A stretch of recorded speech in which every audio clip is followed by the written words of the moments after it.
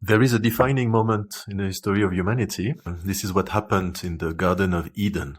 Oh, yes, the Garden of Eden. And I was reflecting on that in the past days, that we have generally a sense of commonality between Judaism, Christianism, and Islam on the events that unfolded and that probably are determining our presence on earth, right? Between Adam and Eve, and we all believe that that was Adam and Eve in the Garden of Eden. Absolutely. And in reality, if you look at the various sources, you have very different accounts and very different, let's say, outcomes from what happened in that moment. So I want to try to transmit what I received in my teaching in Damascus, knowing that some of the tafasir that are very common would take some information and derive some conclusions from what is stated in the Bible or in the Jewish or Christian tradition, and that do not apply at all to the truth. How interesting. We are fortunate to have the Quran, which is the word of Allah and has not been tampered with any human ideas or considerations. And that proposition can be tested because we know that it hasn't been tampered by certain measures that we can take to test the Quran and its perfection. So if man had tampered with it, there would be some things that wouldn't be present in the Quran, like the perfection of its poetic flow.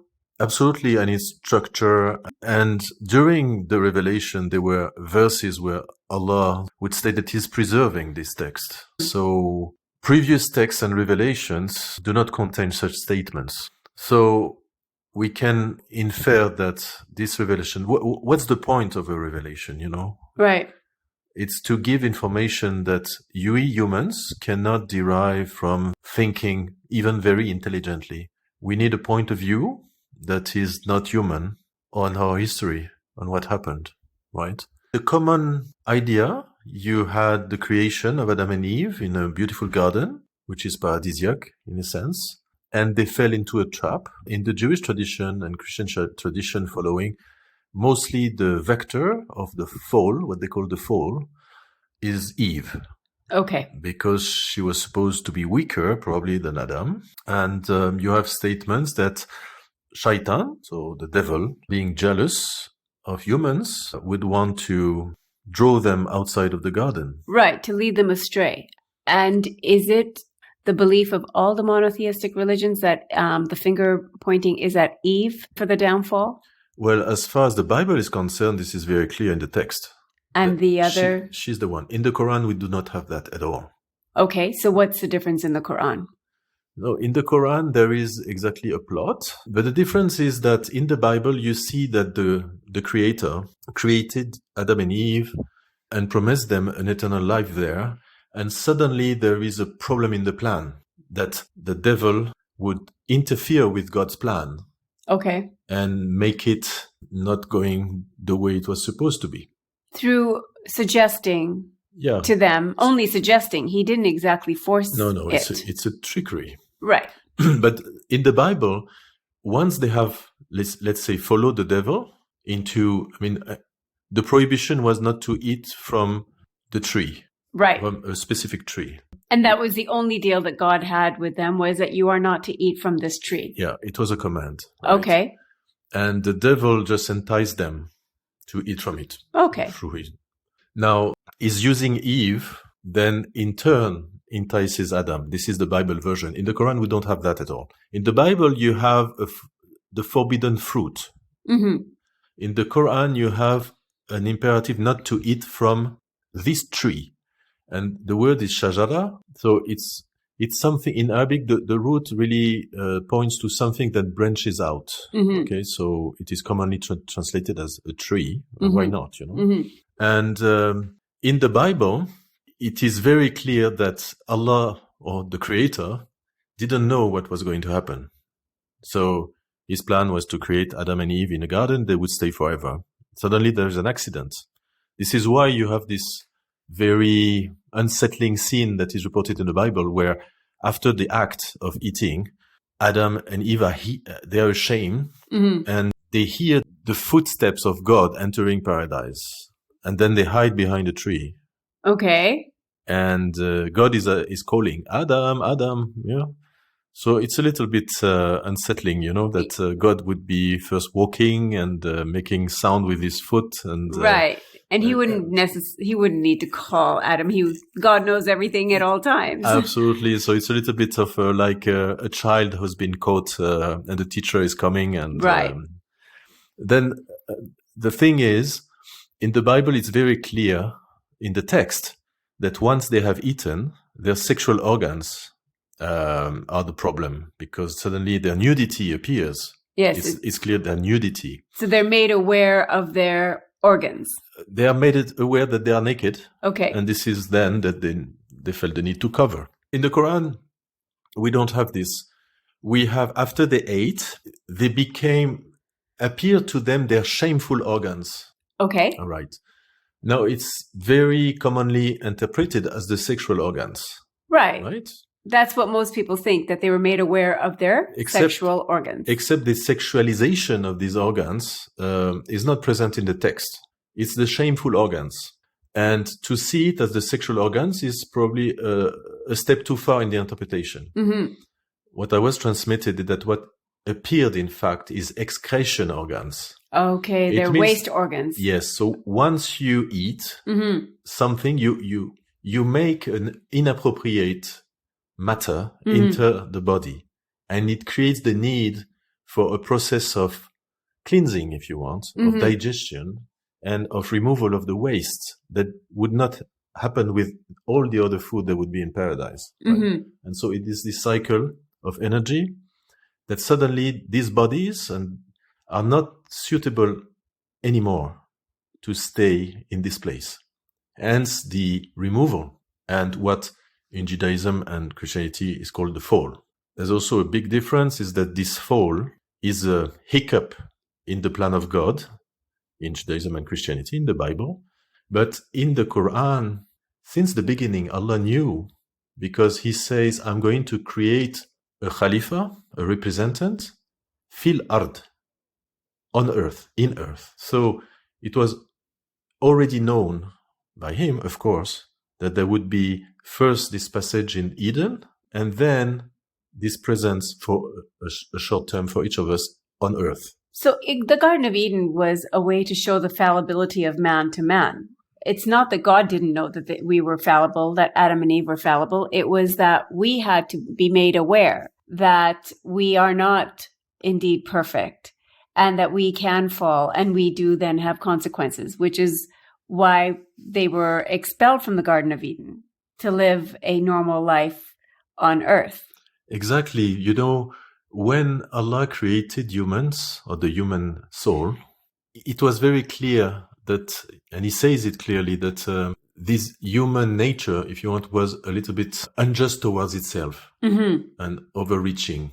The episode, for example, when Amana, which is the confidence depot, if you want, was proposed to the mountains and to the earth and to the sky, they all refused in horror, saying that it was too much a responsibility, and only humans accepted the test. Oh, right? Gosh. And so everything that happens from there is just for humans to understand who they are. So everything is like a revealing the human nature. Okay, so they're on Garden of Eden. They're told not to eat from a tree, according to the Quran, and according to the Bible, they're told not to eat a certain fruit, I believe, is what they believe. Yeah. But anyway, so they're told not to eat from a tree. They get swayed or lured into the temptation through Satan, who convinces them that they should eat from it. They do, and once they do, they are then expelled out of Eden and before that, they are made aware of their waste organs, not their sexual organs. Yes. So I wonder if one of the lessons we're to learn from this is that this is about diet, because suddenly we're made aware of our waste organs. Let's just say that that's the plausible scenario, that it's not the sexual organs. So then we are made aware of what eating certain ways or certain types of food can do to our bodies. Is that a bit of a stretch? I don't think so. It's very intriguing that the fault for being expelled from Eden would be eating something. You know, Yeah. for such a major event, I would have expected something like, I don't know, killing someone. But eating, with that respect, eating is a major event in our life. What we put into our body determines the destiny of our body. It really does. I'm convinced of it. I mean, I've seen, you know, how I've eaten in the past and how it's made me either lethargic or lazy or tired. And by just simply changing the way I eat, it changes the whole function of my body for the better. So eating is a very critical part of our choice process in our every given day. And it's absolutely true. I mean, look at someone eating. And if you try to make abstraction of your habits of saying it every day and doing it every day, when you look, it's very strange. It's absolutely strange to see someone eating. And why do we eat? Allah in the Quran tells us that he makes a remark. He says that Sayyidina Maryam, Mary, the mother of Jesus, and Sayyidina Isa alayhi salam, they were eating. And it's a way to say they were not gods. Right. They were only human, therefore they had needs, and therefore they had to fill their needs with food. Yes. Then we know also in paradise, once this experience on earth is done, there is the judgment, and that there are two places. Mm-hmm. There's hell and paradise. In paradise, you eat. Mm-hmm. You eat, and there are meats and fruits, but they are not the same as the ones we know, of course. The fruits aren't the same as the ones we know. Yeah. And are we told that about the meats? We're not specifically told that about the meats. No, we're just told that the fruits are yes. not the same as what we know on this earth. Absolutely. And so it's very interesting that we continue eating, but without needs, because we know that in paradise, you don't have really needs. Mm-hmm. So we come back to the state of the Garden of Eden, having gone through this circle of energy, if you want. And it's like a restoration of a primal state, but part of humanity still needs to go through a correction, which is what's happening in hell. And you correct through fire. And some, unfortunately, will remain forever. But most of the people in hell will stay a time. And it's not the same time as the one we know. And we know that hadith very solid that says that Sayyidina Muhammad will be going and take out of hell everyone who can get out. Right. So by the will of Allah, of course, right? Mm-hmm. So the difference also, there is many interpretations of this tree, and something that never makes sense to me is that in the Christian and Jewish tradition, it is called both two names, the tree of life and the tree of knowledge, meaning the knowledge of good and evil. This is in the Christian faith. In the Christian tradition, what about the Islamic faith? It's a tree. Okay. So you may have some tafasir that take the ideas. It's called Israeliyat, meaning that for lack of better information, you would go to the Bible. Yes. And you would take biblical ideas into your commentaries. Okay. And then you have a kind of mudding, in my opinion. Right. I much prefer when you stick to really what is sure. So it is in the Islamic tradition, from the Quran and even the Hadith, you don't have this idea that it is the tree of life or the tree of knowledge of good and evil. And it never made sense to me, because if it is the tree of life, it means that you would not be alive before you eat from this tree. I don't see exactly the relevance. So it doesn't comport with... But you can elaborate many theories, right? Mm-hmm. But most difficult for me to understand is how you could say that it is the tree of understanding was the difference between good and bad. Because if Allah tells you not to eat from the tree, I think it's a fair assumption that these two people, Adam and Eve, would have a notion of what is good and bad. Mm-hmm. Because if you have no idea what is good and bad, why would you obey an order? Right. You would know that disobeying would be bad. So you would have already in your fitra, in your nature, the knowledge of disobeying your creator would be bad. So it's almost like they were there without really any type of fear. Any type of fear. Of any consequences. And any knowledge of what is good and bad. Right. Which in my opinion cannot be, because it defeats the whole test. Right. Because what the devil does, and in the form of a snake in the Bible, But there's no such thing in the Quran. Mm-hmm. He convinces them it's a good idea. Well, it's harmless to eat from this tree. He's lying to them and trying to sell them a state that they already have.